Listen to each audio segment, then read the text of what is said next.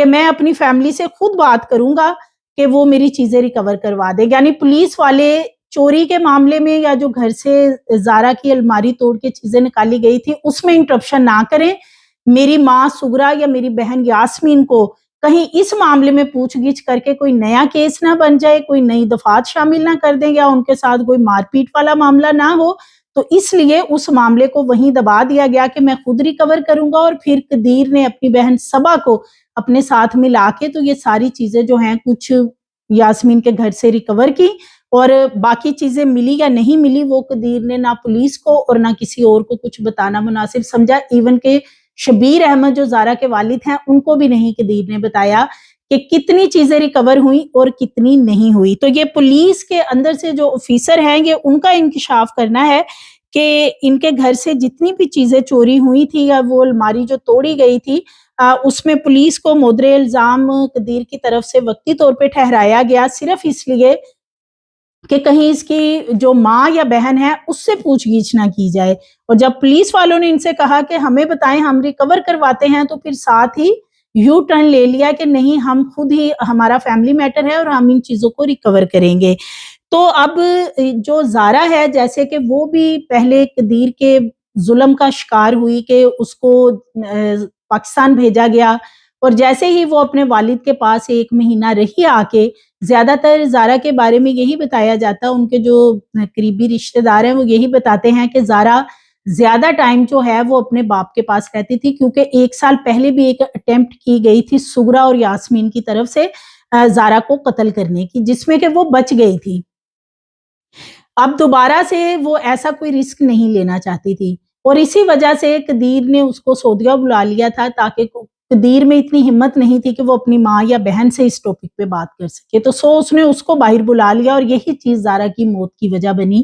کہ زارا کی ہمت کیسے ہوئی کہ وہ باہر سعودیہ چلی جائے, اور جو سغرا ہے اس کی پرمیشن کے بغیر ایسا کچھ ہو نہیں سکتا تھا, اور یہی وہ چیزیں تھی جو اس کی جان لی گئی. تو اب بتایا یہ جاتا ہے کہ زارا کو جیسے سارا سامان پہلے اس کے والد کے پاس رکھا تھا, پھر یہ الماری بنوائی گئی گھر کے کمرے میں, بڑی مضبوط الماری, اور یہاں پہ اسے کہا گیا کہ سارا سامان لے کے وہ وہاں چلی جائے. ماں اکیلی ہے اور اب وہ ماں کے پاس رہے, یعنی سغرا کے پاس وہ جا کے رہے. اور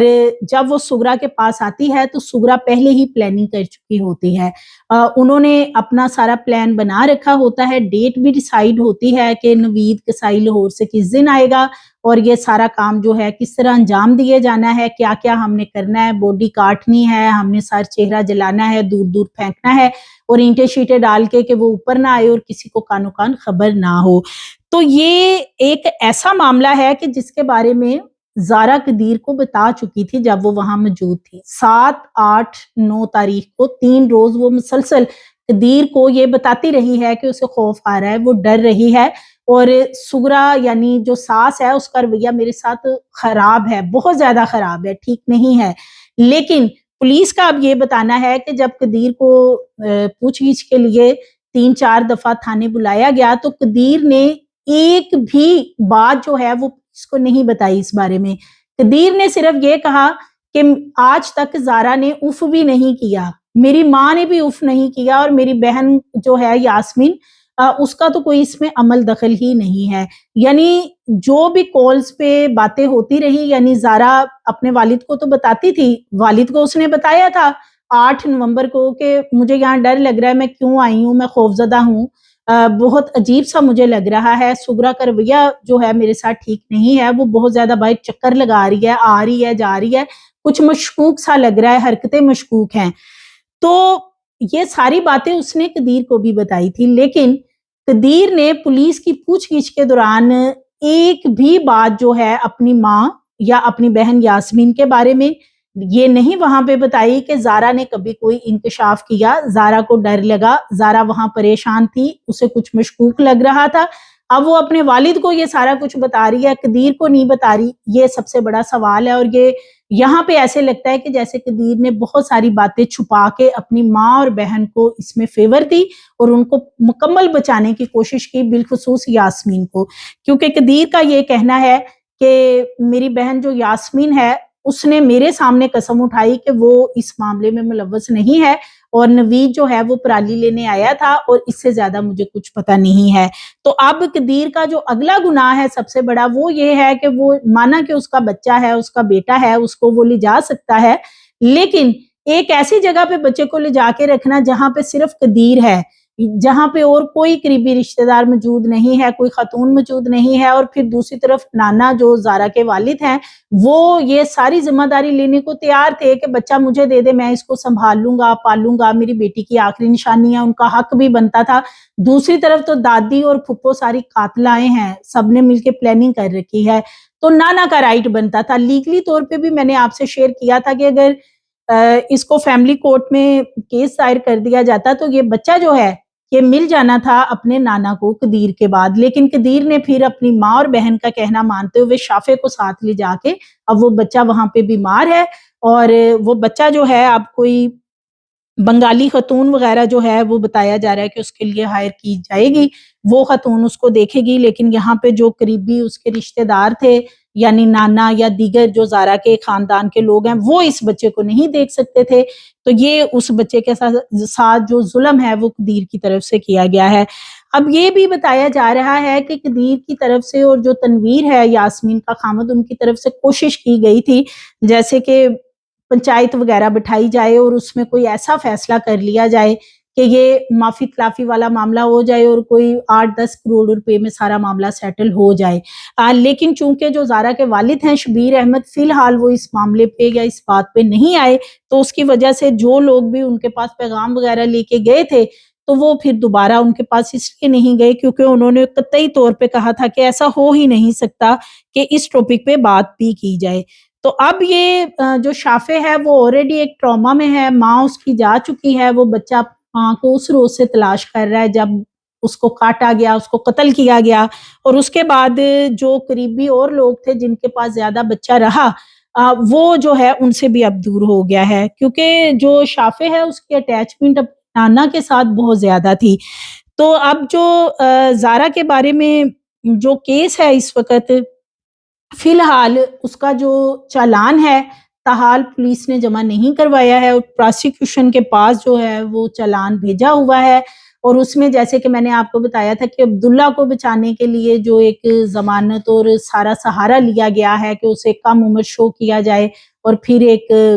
جوینائل جسٹس سسٹم کے تحت اس کو کسی طرح اس کیس میں سے نکال دیا جائے، اس کے لیے کافی کوششیں بھی کی گئی ہیں اور لگ رہا ہے کہ پیسے بھی کافی لگائے گئے ہیں تاکہ اس لڑکے کو نکالا جائے، کیونکہ اس کی جو عمر کم لکھی گئی ہے، حالانکہ بتایا تو یہ جاتا ہے اس کی ایج تھوڑی زیادہ ہے، لیکن اس میں اس کی عمر کا کم لکھا جانا اس کی طرف سے یہ بہت سارے سوالات بھی اٹھاتا ہے۔ پھر پولیس کی طرف سے صبا کو اس طریقے سے معاملے میں سے نکال دینا کہ جیسے مکھن میں سے بال نکالا جاتا ہے۔ زارا کے والد بتا چکے ہیں کہ وہ جب جائے وقوع پہ پہنچے تھے تو صبا اپنے بچوں کے ساتھ وہاں پہ موجود تھی، اسی طرح جو یاسمین ہے وہ بھی اپنے بچوں کے ساتھ موجود تھی، لیکن پولیس نے 1 مہینہ صبا سے انویسٹیگیشن کی اور اس کے بیٹے سے اور دیگر جو اذان اور شبیر تھا ان سے کی انویسٹیگیشن، اور ان کے بارے میں اب ٹوٹلی چالان میں لکھ دیا ہے کہ ان کا کوئی گناہ نہیں ہے، ان کا قصور نہیں ہے۔ یہ بھی بہت بڑا سوال ہے کہ جب ایک ایسا پرسن جو وہاں پہ پہنچا اور اس نے آنکھوں سے دیکھا کہ صبا وہاں صفائیاں کروا رہی، کھانا تک بنایا اس کو یہ نہیں پتا تھا کہ اس گھر میں سر چہرہ جلایا گیا، اسمیل آ رہی ہے، خوشبوئیں لگائی گئی تھی، بہت زیادہ پرفیوم اگربتیاں، اور ان میں جو صبا ہے وہ پیش تھی، لیکن پولیس نے ان چاروں لوگوں کو اس پورے معاملے میں سے نکال دیا۔ پھر عبداللہ جو ہے اس کی عمر کم لکھ کے اس کو بھی اس معاملے میں سے بچہ بنا کے نکالا جا رہا ہے۔ تو اب بتایا یہ جاتا ہے کہ اب جو یاسمین ہے اس کے ضمانت کے لیے جیسے ہی یہ چالان وغیرہ اب جمع ہوگا، عدالت میں ٹرائل کا سلسلہ شروع ہوگا، تو پھر سب سے پہلے جو ضمانت اپلائی کی جانی ہے وہ یاسمین کی جانی ہے۔ اس کے لیے باقاعدہ جو ان کے وکیل ہیں انہوں نے تیاری کر رکھی ہے، اور اس میں کس طریقے سے کیا وہ سارا معاملہ کریں گے، نظر تو یہی آتا ہے کہ بھرپور تیاری ہے، کیونکہ جو عبداللہ کی ضمانت دائر کی گئی ہے وہ مکمل تیاری کے ساتھ کی گئی ہے، اور اسی طرح جو یاسمین ہے اس کو نکالنے کے لیے بھی جو اس کا شوہر ہے تنویر، اور نہ صرف تنویر بلکہ قدیر بھی اس میں اتنا ہی انٹرسٹ رکھتا ہے جتنا اس کا شوہر رکھتا ہے کہ اس کو جلدی سے جلدی ضمانت پہ باہر نکال لیا جائے۔ تو قدیر یہاں پہ اس کی فیملی سے ملاقاتیں ہوئی، کوئی پنچایت کے معاملات بھی کرنے کی کوشش وہ کیے گئے، وہ نہیں ہو سکے۔ پھر قدیر نے یہ جو وکلا وغیرہ ہیں ان کے ساتھ بھی میٹنگز کی ہیں، اور یہ پیسے خواہ اس میں تنویر نے لگائے ہوں، لیکن وکلا کے ساتھ جو بات چیت ہے، جو معاملات ہیں، وہ صبا اور قدیر کی طرف سے ہی کیے گئے ہیں۔ اور اب یہ سارا معاملہ جو اس وقت ہے، اس میں اب کوشش یہ کی جا رہی ہے کہ عبداللہ کی کسی طریقے سے ضمانت کروا کے، اور اس کے بعد جیسے ہی اس کا چلان عدالت میں جمع کروایا جاتا ہے تو پھر یاسمین کے لیے کوشش کی جائے کہ اسے باہر نکالا جائے۔ اور سغرا جو ہے وہ اس وقت جیل میں سے جو لیٹسٹ صورتحال نظر آ رہی ہے، تو سغرا کی کافی عقل ٹھکانے اس لیے آ چکی ہے کہ فی الحال قدیر تو یہاں سے جا چکا ہے، اور اب جو وکیل ہیں ان کے اوپر سارا معاملہ چھوڑ دیا گیا ہے کہ وہ کوشش کریں گے کہ کسی طرح نوید اسلم قصائی پہ سارا معاملہ ڈال کے تو فی الحال ان ماں بیٹیوں کی کچھ عرصے بعد شاید ضمانتیں مل جائیں۔ لیکن چونکہ سغرا اور یاسمین کے بارے میں بڑے ٹھوس ایویڈنس ہیں، ڈیجیٹل ایویڈنس ہیں، ویڈیوز موجود ہیں، اس کے ساتھ ساتھ ان کے فنگر پرنٹس اور ڈی این اے وغیرہ جو وہ بھی ملے ہیں، تو اس کی وجہ سے یہ جو 3 ملزمان ہیں، نوید اسلم قصائی، سغرا اور یاسمین، یہ جو ہیں یہ ٹرائل میں اب آگے چل کے پتہ چلے گا کہ کیا معاملات کس طرف جاتے ہیں۔ لیکن جو عبداللہ ہے اس کو ضمانت کے لیے جو ہے وہ لگ رہا ہے کہ آگے چل کے اس کی ضمانت ہو جائے گی۔ مزید ویڈیوز کے لیے چینل کو سبسکرائب کریں، لائک کریں، بیل آئیکن کو پریس کریں تاکہ آنے والی ویڈیوز آپ کو ملتی رہے۔